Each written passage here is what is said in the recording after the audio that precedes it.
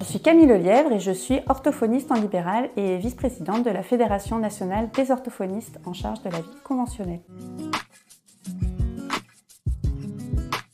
Un trouble 10, c'est un trouble neurodéveloppemental et il y en a différentes sortes, c'est des troubles spécifiques qui vont toucher une partie de la cognition. Donc on a tout ce qui est dyslexie, dysorthographie, qui vont toucher la lecture ou l'orthographe. On a la dyscalculie, qui vont toucher le calcul, le nombre et aussi le raisonnement. On a la dysgraphie, qui va toucher le graphisme, la dyspraxie, qui va atteindre la coordination du geste. On a aussi les troubles dysexécutifs. Donc là, ça va être des difficultés, par exemple, à planifier ou à des enfants qui sont trop impulsifs, par exemple. Ça va souvent avec un autre trouble qui n'est pas un trouble 10, mais qui est un trouble du neurodéveloppement, qui est le TDAH, trouble de dysrégulation attentionnelle avec ou sans hyperactivité.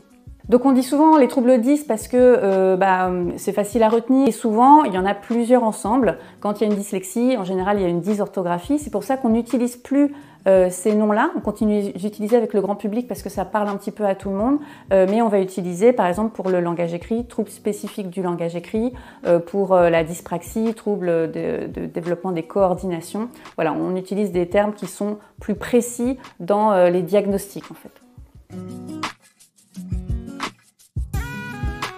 En général, ces troubles, ils sont souvent repérés par les enseignants qui sont quand même en première ligne pour voir quand il y a des choses dans les apprentissages qui sortent un petit peu de la norme. Tout professionnel en fait peut repérer des signes comme des difficultés à lire, des difficultés à parler, les premiers mots qui arrivent tardivement, un enfant qui crie ou un enfant un petit peu pâteau qui a du mal à couper tout seul avec ses couverts, etc. Ça peut éventuellement être un signe de dyspraxie aussi. C'est pas mal de passer par le médecin traitant en premier lieu pour orienter au mieux et éviter les retards de diagnostic. Ça permet aussi que le médecin traitant, comme c'est des diagnostics qui se font par exclusion, ça veut dire qu'ils ne sont pas mieux expliqués par un autre trouble. Est-ce qu'il y a un trouble du sommeil qui pourrait jouer après sur l'attention?